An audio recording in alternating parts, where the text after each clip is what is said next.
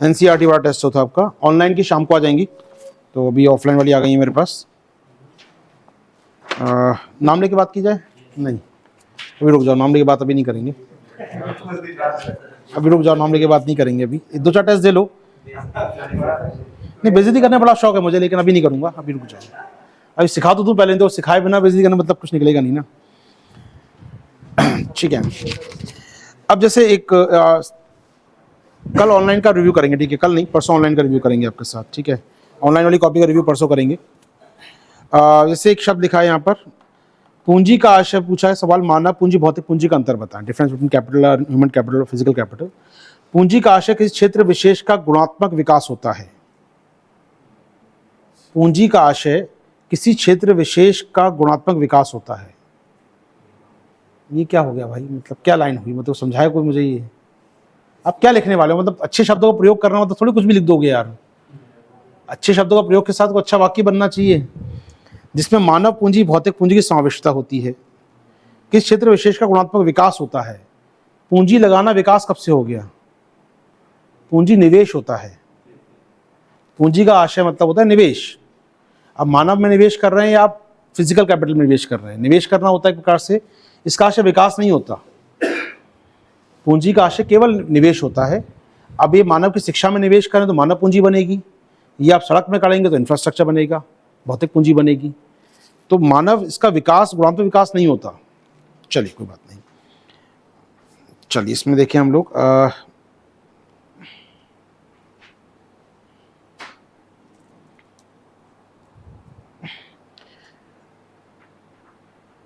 अब यहाँ लिखा है, देखिए पढ़ के सुनाता हूँ, स्टेटमेंट सुनिएगा। मानव पूंजी समाज या देश की अर्थव्यवस्था के विकास में महत्वपूर्ण स्थान रखता है। ठीक बात है। जैसा कि वर्तमान इंडियन कंटेक्स्ट में देखा जाए तो भारत में मानव पूंजी सर्वोत्तम समय निर्धारित करता है। ठीक है, क्योंकि अभी जनांकीय लाभांश देश के हित में है। चलिए इतनी बात सही है। उसके बाद, चूंकि देश में गरीबी शिक्षा का अभाव है। आप क्या लिख रहे हैं? इसको पढ़ के क्या लग रहा है आपको? देश में गरीबी शिक्षा का अभाव मतलब क्या है? गरीबी का अभाव है देश के अंदर? गरीबी एवं गरीबी है एवं शिक्षा का अभाव है। आपको आप क्या आपका है? आपका है ये? मैं इसके नाम नहीं लेना चाह रहा हूँ, इसलिए मैं समझ रहा हूँ, लेकिन मैं भी जान रहा हूँ कौन मा लगा है, लेकिन वो क्या लिख के सामने क्या आ रहा है? देश में गरीबी कॉमा शिक्षा का अभाव।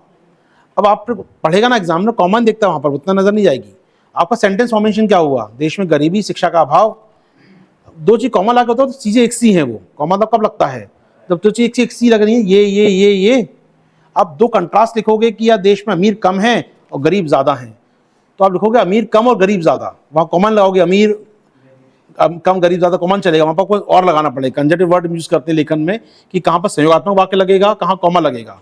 कॉमा लगता है तो एक चीज लिख रहे थे, शिक्षा गरीबी शिक्षा स्वास्थ्य अवसंरचना कॉमा कॉमा कॉमा। गरीबी एक अलग एस्पेक्ट हो गया, शिक्षा का अभाव एक अलग बात हो गई। तो गरीबी का अभाव नहीं है, गरीबी का है कॉमा शिक्षा का अभाव कॉमा स्वास्थ्य संरचना का अभाव है। तो सरकार को क्षेत्र में बेहतर निवेश करके श्रम को कुशल बनाया जा सकता है। देखिए हम एग्जामिनर ने ये लिखा है लाइन में, लाइनों के मध्य तारतम्यता लेकर आए, एक कोऑर्डिनेशन नहीं है लाइनों में। अच्छा लेखन है, ठीक लेखन है, लेकिन थोड़ा सा मुझे चाहिए यहाँ पर। अब पूरा पैराग्राफ खत्म हो गया, ये पूरा यहाँ से यहाँ तक आपने बता दी नाम, चूंकि आपका यहाँ से खत्म हो गया। जो क्वेश्चन था, मानव पूंजी भौतिक पूंजी में अंतर बताएं, 60-70 शब्द हो गए, कहीं नहीं मिला मुझे तो आगे लिखा हो। लेकिन कोर क्या है क्वेश्चन का ना, इस चालू करेंगे, पूछा अंतर क्या है तो मेन क्या होना चाहिए, चालू करूं मैं, फिर आऊंगा इसके उपयोग क्या है, मानव पूंजी के फायदे, मानव पूंजी के नुकसान या उसके फायदे। पहला तो कॉन्सेप्ट क्या है, मानव पूंजी ये है, भौतिक पूंजी ये, दोनों में अंतर ये है। मैं पहले भी कह चुका हूं, ऐसे प्रश्नों से इंट्रो में सीधे स्टार्ट करूं। मानव पूंजी से आप क्या समझते हैं, भौतिक पूंजी से आप क्या समझते हैं, दोनों में अंतर लाइन खींच के लिख दो बराबर। फिर आप लिखो मानव पूंजी कैसे बनती है, भौतिक पूंजी कैसे बनती है। सबसे पहले पूछा है क्या, अगर पूछ लिया क्या, उसको नहीं मालूम मतलब, तो आप कोई उल्टा सीधा बात नहीं करनी है, हमको सीधे पॉइंट पे आना है। मानव पूंजी क्या है, भौतिक पूंजी क्या है और दोनों में अंतर क्या है। मानव पूंजी, मानव में निवेश शिक्षा स्वास्थ्य, भौतिक पूंजी अवसंरचना आदि बनाना, दोनों में अंतर क्या है। मानव पूंजी का विकास किस तरीके से होता है, इसके सोर्स क्या होते हैं बताया, शिक्षा स्वास्थ्य अवसंरचना, या जो भी आपने पढ़ा था 5 सोर्स। इसके सोर्स क्या होते हैं, भौतिक पूंजी के सोर्स क्या होंगे, निवेश करते हैं, अवसंरचना बनाते हैं, आप कहना चाहिए यहाँ पर उत्पादकता बढ़ाते हैं, इकोनॉमी को आगे बढ़ाते हैं, उसमें निवेश होता है। चलिए भारत में मानव पूंजी निर्माण के स्रोत, आपने कहा अकुशल श्रमिक को बेहतर स्किल प्रदान करना। ठीक है, 5 सोर्स आपने लिखे हैं, कोई समस्या मुझे नहीं है इसमें, 4 ही लिखे हैं वैसे तो आपने, 5वां कहाँ गया यार, मतलब 5 तो याद करो ना, एनसीईआरटी वाला क्वेश्चन उसमें आधा लिख के आए तुम लोग। अब देखिए आपसे एनसीईआरटी क्वेश्चन था, लेकिन आपसे उम्मीद मैं करता हूँ कि आपके पास एग्जाम्पल हो इसके लिए। अब मैं कहता हूँ शिक्षा, तो शिक्षा कोई स्कीम तो होगी देश में हमारे यहाँ। भारत में हम लोग मानव पूंजी तैयार कर रहे हैं, 5 चीज़ें होती हैं, शिक्षा, स्वास्थ्य, सूचना, प्रवासन और क्या बच गया हमारा, स्किल, कौशल, 5 चीज़ होती हैं। अब 5 योजना तो एक आध कुछ होगी हमारे पास, 3 की तो होगी कम से कम। आप जो लाइन लिख रहे हैं उसको प्रमाणित कर दीजिए कि शिक्षा के लिए सरकार मिड डे मील चला रही है, या आरटी कानून आ गया, या हमारे कॉलेज में कुछ काम कर रहे हैं हम लोग, स्वास्थ्य के लिए आयुष्मान भारत की स्कीम चल रही है, या एनआरएचएम चल रहा है, कुछ भी नाम लिख दीजिए, स्किल इंडिया कार्यक्रम चल रहा है। तो ये एनसीईआरटी भले ही नहीं दे रहा, लेकिन मेरी जिम्मेदारी मैं लिख दूँ एक लाइन वहाँ पर। तो क्वेश्चन भले एनसीईआरटी का आंसर एनसीईआरटी थोड़ी होगा, आपका आंसर तो आप लिख रहे हैं ना, थोड़ा सा भी हुआ एग्जाम्पल आपको जोड़ना। ऐसा कोई नया नाम नहीं दे रहा कि स्किल इंडिया कार्यक्रम नहीं सुना होगा आपने, या मैं ऐसा नहीं बोल रहा कि मिड डे मील का नाम नहीं सुना होगा हम लोगों ने, या सूचना पहुंचाने के लिए सरकार पोर्टल तैयार कर रही है, सूचना पहुंचाई जा रही है लोगों तक, माई गॉव पोर्टल आ गया, माई सूचना, रोजगार समाचार आपके पास आते हैं, बहुत सारी जानकारी आपके पास आती है। चलिए किसी और का चेक किया जाए आंसर। चलिए ओके, यहाँ पर पहली बात जिसका भी है, ये इंट्रो लिखा है, वर्ड इंग्लिश में इंट्रो, कॉपी स्टार्ट होती है ऊपर लिखा है इंट्रो, लिखना आवश्यकता है? इंट्रो लिखने की आवश्यकता है नहीं ना यार, क्यों लिख रहे हो, कौन लिखा है, जिसका भी है ये, इंट्रो की आवश्यकता है नहीं ऊपर। यहाँ पर मुझे इंट्रो लिखो, इंट्रो लिख के चालू करूँगा इंट्रो। प्रस्तावना लिखो, हिंदी में लिखना भी है तो अगर प्रस्तावना लिखो पहली बात तो। इंट्रो क्या होता है, इंट्रोडक्शन लिखो है तो पूरा, आप अपनी बोलचाल की भाषा होती है इंट्रो यार, इंट्रो लिखना तो इंट्रो लिखो, थोड़ी इंट्रो नीचे बॉडी पार्ट लिखा है कहीं आगे, इसका क्वेश्चन लिखा आपने, इंट्रो, बॉडी पार्ट, कंक्लूजन, तो भी समझ में आता, 3 बातें आपने लिखने का प्रयास किया। इंट्रो लिख के लग रहा पूरा इंट्रो ही चल रहा है यहाँ से यहाँ तक ये, तो ऐसा मत करो ना यार, गलतियाँ तो फिर नंबर नहीं आएंगे उस केस में ना। क्या लिखना पड़ेगा ना, आपको समझाना पड़ेगा कहाँ पर अलग चीज़ें हो गई, तो पूरा इंट्रो चल रहा है शुरू से लेकर लास्ट तक। आप एक पैराग्राफ की हेडिंग बनाते हैं तो पैराग्राफ खत्म ही तो होगा कहीं ना कहीं, तो इंट्रो बात लिखना नहीं चाहिए, वाली बात तो हम लिखना ही नहीं चाहिए इस बात को, तो लिखते भी हैं, अगर कहीं लिखते हैं प्रस्तावना आप, तो निबंध में होती है प्रस्तावना, ना कि इसमें नहीं होती वैसे, तो बोलते बोल होता है इंट्रो, हम कंक्लूजन बोलते हैं, आंसर तो लिखा जाएगा इन बातों को यार। इंट्रो के ऊपर लिख दिया, इंट्रो तो पैराग्राफ चेंज भी करें तभी इंट्रो माना जाएगा वो सारा। हाँ तो वही तो नियम होता है, पैराग्राफ चेंज कर लिखते जाओ, इंट्रो बोलने की आवश्यकता थोड़ी, इंट्रो लिखोगे ऊपर खड़े हो गए यहाँ पर इंट्रो सबसे चालू हो रहा है, हटाओ इस बात को यहाँ से, सीधे पैराग्राफ चालू करो, पॉइंट डालो, लास्ट पैराग्राफ खत्म करो, ठीक है। चलो इसमें निष्कर्ष आप नहीं, चलो कोई बात नहीं, शर्त सीमा पूरा करना है, 10 अंक का 150 वोट का, ठीक है, 5 प्रमुख स्रोत माने जाते हैं। हर किसी में इंट्रो लिखा है, हर किसी क्वेश्चन में ऐसे लिखा है आपने, एक बड़ी गलती तो यही है, ठीक है। अब देखिए मैंने आपसे कहा था एनसीईआरटी वाला डेटा यूज़ करना, और मैंने कहा था अपडेट भी कर लेना अपने स्तर पे ना, तो टीम ने अपडेट करके लिख दिया आपके लिए यहाँ पर, ठीक है। आप कॉपी में नहीं लिखे होंगे तो वहाँ से पढ़ लीजिएगा, अपनी कॉपी में नोट कर लीजिएगा, जहाँ नहीं लिखा हो तो अपडेट खुद से कर लीजिएगा। डेटा आप लिखते पुराना मत लिखिए, बस तो मैं चाहूँगा 50 का लिख दिया, 90 91 लिख दिया, नया लिखते तो 22-23 का लिखिए, यहाँ पर लिखा 14-15 का डेटा, क्योंकि तार्किक नहीं बैठता। आपको एनसीईआरटी को कॉपी करने को मैंने कहा था, एनसीईआरटी को हुबहू कॉपी करने को नहीं कहा था, मतलब ये तो समझाना चाहिए ना यार कि 14-15 पे एनसीईआरटी रुक गई, आपको तो 22-23 तक अपडेट होना चाहिए। मैं उस दिन भी कहा था एनसीईआरटी डेटा अपडेट कर लेना अपनी तरफ से आप लोग, जिसमें 50-51 का है, 90-91 का है, फिर 22-23 का डेटा क्या वो लिख लेना अपनी तरफ से कहीं से, तो प्लीज़ को एक बार अपडेट कर लीजिएगा, ठीक है। तो सर पूरा लिखवा दिया टीम से मैंने आपके लिए, वैसे कि क्या क्या चीज़ें हैं, एक्स्ट्रा लिखवा दिया ऐसे टीम से के, पूरा आंसर लिख दिया टीम ने यहाँ, मतलब आपके लिए, ठीक है। तो थोड़ा अगली बार ना करना पड़े, पूरा आंसर लिखा है यार, मतलब तो खाली पेज आप छोड़ोगे तो ऐसे होगा, टीम पे ही करेगी आपका, टीम तो लिख रही है, एग्जामिनर यहाँ पर 0 लिखेगा, थोड़ा सावधान रहें। एक आध कॉपी और देख लेते हैं फटाफट में, आगे बढ़ूंगा फिर। तो अच्छी कॉपी मेरे पास मार्क्स वाली है, मार्क्स मत देखिए, मार्क्स देख के परेशान हो जाएंगे वरना आप लोग, ठीक है। चलिए ये कॉपी है, ये कॉपी अच्छी लग रही है देखने में, मानव पूंजी की परिभाषा लिखी है, ये लिखा है, सारी बातें लिखी हैं। मानव पूंजी वही बात है, यहाँ पर मानव पूंजी के स्रोत दिख दिए, शिक्षा, स्वास्थ्य, लेकिन आपने एग्जाम्पल नहीं दिया, वो स्कीम के नाम नहीं लिखे हैं, तो उसके नंबर एक आध काट लिया होगा। अच्छा हाँ, एक हो चुका है, आप अगर किसी को रीराइट कर रहे हैं इसके ऊपर तो उसको काट के नया लिखिए, रीराइट मत कीजिए। जैसे इसमें है कि आप क्या लिख रहे थे, 2047 तक 10 ट्रिलियन लिखा था, फिर आपने 30 ट्रिलियन करने का प्रयास किया उसको, तो 10 लिखा, फिर काट के वहीं पर उसको 30 कर दिया उसके ऊपर ओवरराइट, तो ना वो 10 दिख रहा है ना आपकी है, अभी कॉपी है ये। ठीक बात है, गलत करोगे ऐसा नहीं चेंज मर कटेगा आपका। आप कुछ भी डेटा काट रहे हो तो पूरा काटो उसको। कई लोग तो वाइटनर ले जाते हैं अपने साथ, वो मत ले जाना, टाइम मिलेगा नहीं इतना वाइटनर लगाने का। उसको बकायदा काटो, बगल में दूसरा नया डेटा लिखो वहाँ पर, या वो जगह लिख चुके हो तो काट के उसके ऊपर एरो बना के ऊपर लिखो कहीं पर, उसी पर रीराइट मत करो कभी। रीराइट की कॉपी खासकर नंबर हमें समझ में नहीं आया एग्जामिनर को तो काट देगा नंबर, क्योंकि बड़ी त्रुटि होती है किसी भी सरकारी कागज में ओवरराइट करना, बड़ी त्रुटि मानी जाती है। सरकार तो कहती है ओवरराइट नहीं करना चाहिए, काट के नया लिखो, साइन करो बगल में तुरंत वहाँ पर कि आपने किया ये काम। तो जिम्मेदारी होनी चाहिए कि आप जो कॉपी लिख रहे हैं वो एक सरकारी डॉक्यूमेंट है अपने आप में, आप जो लिख रहे हैं इसके अंदर वो गवर्नमेंट से डॉक्यूमेंट लिखेंगे, कल जाके आप बाबूगिरी करनी है आपको, कल जाके वहाँ पर कागज़ बनाने हैं आपको, तो आप रीराइट ना करें, विचार डालें रीराइट ना करने की, उस पर दोबारा ना लिखने की, काटिए बाकायदा, नया लिखिए, और सरकारी कागज़ में साइन होता है बाकायदा आपका जहाँ पर रीराइट करते हैं आप, तो एटलीस्ट साइन तो नहीं करना आपको, लेकिन एटलीस्ट आप काटें उसको, नया लिखिए पूरा पर, ओवरराइट बिल्कुल मत कीजिएगा। ठीक है, चलिए इसमें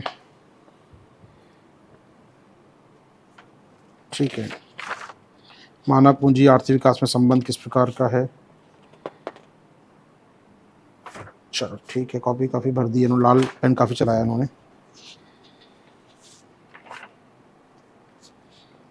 ओके, महिला भारत में पूंजी निर्माण की समस्याएं क्या हैं। चलो ठीक है, बस को देख लीजिएगा। चलिए कॉपी और देखते हैं हम लोग फटाफट खुद, इस कॉपी को देखते हैं। अच्छा, ये क्या है, परिभाषा है। देखो यार, व्याकरण की गलती मत करो, इंग्लिश में भी देख रहा हूँ, हिंदी में भी देख रहा हूँ मैं, ग्रामेटिकल मिस्टेक मत करो। पूंजी साधन या गुणवत्ता है जो उत्पादन कार्यों को पूरा करता है। क्या सेंटेंस ठीक लग रहा है सुनने में? पूंजी साधन या गुणवत्ता है जो उत्पादन कार्यों को पूरा करता है। पूंजी करता है या करती है? पूंजी करती है। क्या कहेंगे ना आप, तो जेंडर वाइज तो आप बात सी करेंगे ना इस पर। पूंजी निवेश होता तो मैं करता है, पूंजी है तो करती है। तो ये देखिए, एग्जामिनर नहीं कहेगा इस बात को, लेकिन ये पढ़ के गलत लग रहा है सेंटेंस, तो व्याकरण की गलती तो ना करें कम से कम। ये जो त्रुटियां होती हैं नहीं होनी चाहिए, क्योंकि एग्जामिनर करता क्या है ना, पढ़ रहा है वो उसको, और फ्लो टूटेगा पढ़ते हुए। कोई एग्जाम पढ़ते हुआ आता है, फ्लो टूट गया उसका तो नंबर काट लेगा, भले आपने अच्छा ही लाइन लिखी होगी, लेकिन ये जो छोटी सी मात्रा गलती हो गई पूरा अंतर पड़ जाएगा। देश के आर्थिक सामाजिक सांस्कृतिक क्रियाओं को सशक्त बनाता है। पूंजी देश की आर्थिक क्रियाओं को बनाता है, अच्छी बात है। सामाजिक को बनाता है, अच्छी बात है। सांस्कृतिक क्रियाओं को सशक्त बनाता है कि लिखने के लिए कुछ भी लिखा जाए बस। क्या आपको लगता है पूंजी या इन्वेस्टमेंट या कैपिटल देश की इकोनॉमिक कंडीशन को बेहतर करता है? दो राय नहीं है। सोशल कंडीशन को बेहतर करता है, चलो ठीक है। सांस्कृतिक कंडीशन को बेहतर करता है देश की पूंजी? ऐसा कोई है का स्टेटमेंट, कोई आपका प्रूफ है कहीं कि संस्कृति तभी होगी जब पूंजी लगेगी? संस्कृति का प्रचार हो सकता है बाकी इलाकों में, भारत की गौरवमय कहानी को दुनिया को सुना सकते हैं आप जाकर, आप भारतीय धर्म के प्रति लोगों को आकर्षित कर सकते हैं पूंजी होगी तो। आज कोरियन ड्रामा दुनिया देखती है क्योंकि संस्कृति उनकी कोरिया की दुनिया देख रही है, उनके पास पैसा है दिखाने को, दुनिया को दिखा रहे हैं वो लोग।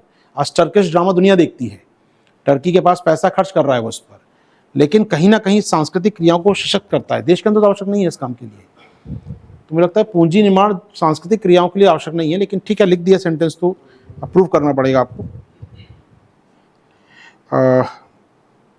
ऐसी पूंजी स्वयं के द्वारा आर्थिक सामाजिक सांस्कृतिक जैसे उत्पादन शिक्षा स्वास्थ्य, क्या लिखा है यार, काटापीटी मत करा करो इसलिए बोलता हूँ।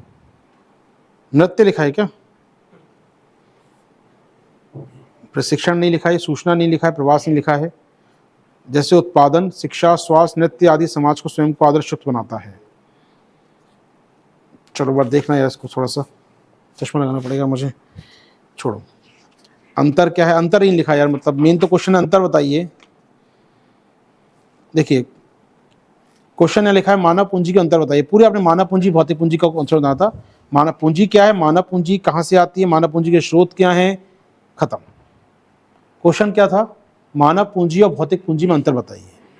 हमने क्या लिखा? मानव पूंजी, पूंजी क्या है, मानव पूंजी के क्या है, मानव पूंजी के स्रोत क्या है, खत्म। कहाँ है भौतिक पूंजी इसके अंदर यार? तो नंबर तो दो ही आएंगे जो दिए हैं, फिर तो दो भी ज़्यादा दे दिए मेरे ख्याल से। तो मतलब ऐसा मत करो ना यार कि फिर एग्जाम को लिखना पड़ रहा है पूरा, अंतर क्या है इसके बाद, जितना वो लिखवाओगे उतना चार्ज करेंगे मुझसे वो लोग, ऐसा मत करो यार। मतलब एग्जाम जैसा जोक, लेकिन इंपॉर्टेंट बात है कि लिखा करो यार थोड़ा सा ना।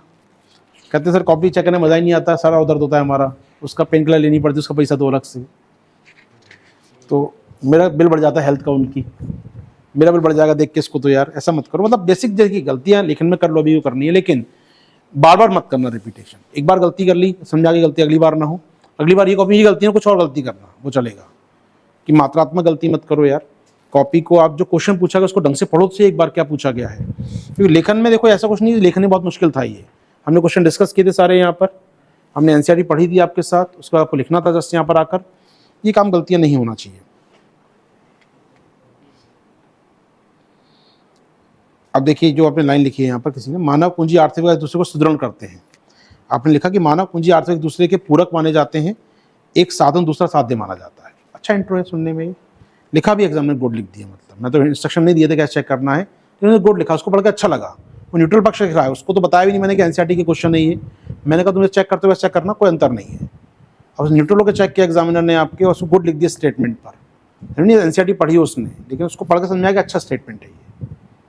तो सिंपल भाषा में लिखना, मैंने ये भी नहीं कहा कि एनसीईआरटी वाले क्वेश्चन है ये, मैंने कुछ नहीं कहा टीम को, मैं कैसे यूपीएससी को चेक करते हुए चेक करना, क्वेश्चन सिंपल है, बस कॉपी वैसी चेक यूपीएससी चेक होती है इससे, और पीसीएससी कॉपी और यूपीएससी दोनों को एक ही चेक करना है, क्योंकि क्वेश्चन भी एक ही दिया था मैंने मिलाकर।